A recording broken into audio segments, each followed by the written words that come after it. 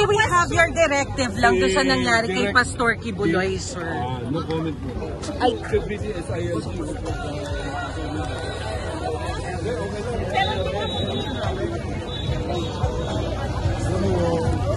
Sabihin na politically motivated pero hindi naman totoo.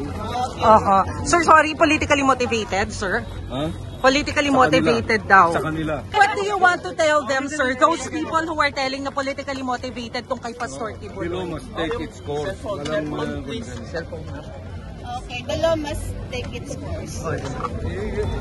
being answerable to the law must take its course.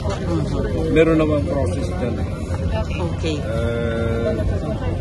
So hindi doon na yung paghingi ng sorry ni Vicky Sara na hindi kahit na iboto ng No comment ako dyan.